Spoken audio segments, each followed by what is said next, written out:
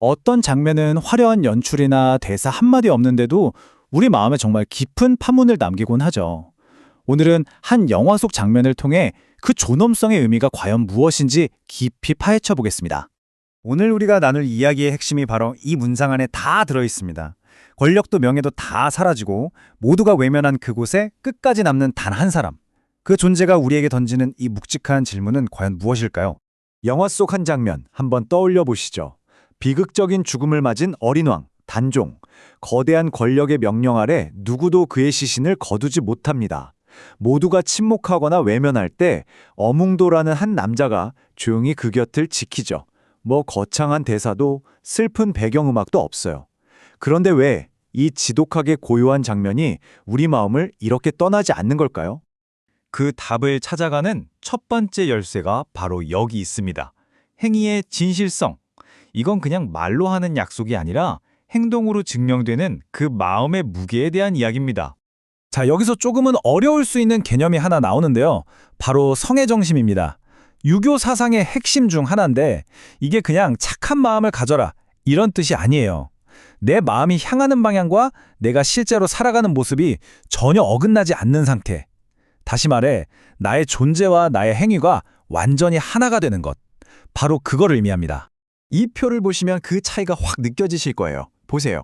거짓된 진심은 사람들 앞에서 그럴듯하게 말을 하죠. 하지만 진짜 진심은요, 아무도 보지 않는 곳에서 묵묵히 행동으로 드러납니다. 어뭉도는 왕을 위해 막 목소리 높여 외치지 않았어요. 그는 그냥 그 자리를 떠나지 않았을 뿐이죠. 바로 이것이야말로 성의정심이 몸으로 표현된 거라고 할 수 있습니다. 그러니까 핵심은 이겁니다, 여러분. 어뭉도의 행동은 왕이라는 직위에 대한 충성심이 아니었다는 점. 그보다는 권력을 다 잃고 고통 속에서 죽어간 한 사람에게 인간이라면 마땅히 보여주어야 할 최소한의 그리고 가장 근원적인 예의, 바로 그거였던 거죠. 자, 그럼 이제 이 이야기를 조금 더 넓혀서 생각해 볼까요? 이건 그냥 옛날 영화 속 이야기가 아니라 지금 우리에게도 아주 중요한 보편적인 윤리의 문제를 던지거든요. 바로 애도받을 권리에 대한 이야기입니다. 여러분은 어떻게 생각하세요? 세상의 모든 죽음이, 모든 삶이 과연 똑같은 무게로 슬퍼지고 기억될까요? 이 질문을 마음에 한번 품고 다음 이야기로 넘어가 보시죠. 철학자 주디스 버틀러가 애도 가능성이라는 개념을 제시했습니다. 이게 뭐냐면요. 우리 사회에는 보이지 않는 권력이 작동해서 어떤 죽음은 사회 전체가 함께 슬퍼하지만 또 어떤 죽음은 마치 없었던 일처럼 아예 슬퍼할 가치조차 없는 것처럼 치부된다는 겁니다. 이 개념을 영화 속 상황에 그대로 한번 가져와 볼까요? 단종은 분명 왕이었지만 권력의 명령 때문에 그의 죽음은 공식적으로 슬퍼해서는 안 되는, 즉 애도 불가능한 것이 되어버렸습니다. 죽음 앞에서 한 인간으로서 누려야 할 최소한의 존엄성마저 박탈당하고 만 거죠. 바로 이 지점에서 어뭉도의 행동이 왜 위대한지가 드러나는 겁니다. 그의 행동은 단순히 시신을 수습한 걸 넘어서요. 이 죽음은 슬퍼해서는 안 된다는 국가 권력의 명령에 정면으로 저항한 행위였습니다. 그는 한 인간의 슬퍼할 권리, 다시 말해 인간의 존엄성을 자신의 목숨을 걸고 되찾아준 것이죠. 이제 이 이야기의 가장 깊은 층으로 한번 들어가 보겠습니다. 그의 이 물리적인 행동이 어떻게 영적인 차원의 의미와 연결될 수 있는지를 한번 살펴보죠. 한국의 신학자 윤성범은 성의 신학이라는 아주 독창적인 개념을 제시했습니다.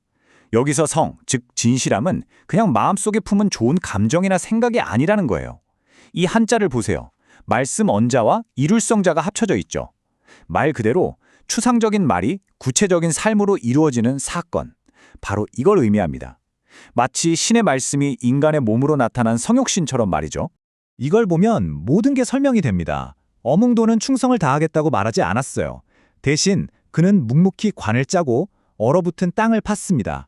그의 진심은 그의 몸을 통해, 그의 노동을 통해 눈에 보이고 손에 만져지는 현실이 된 겁니다.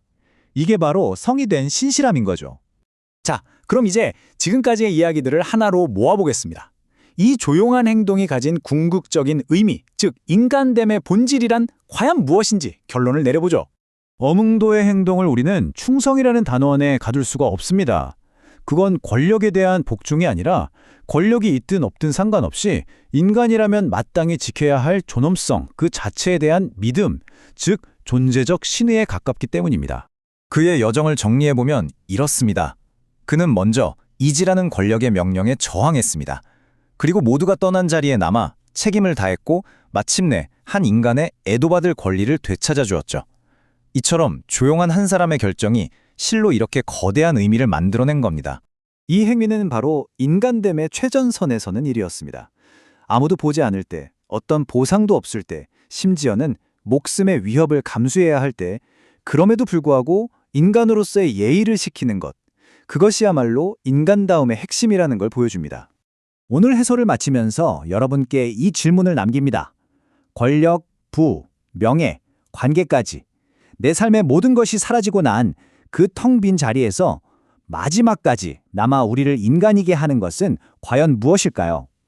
어쩌면 어몽도의 그 뒷모습이 우리에게 그 답을 보여주는 것 같습니다.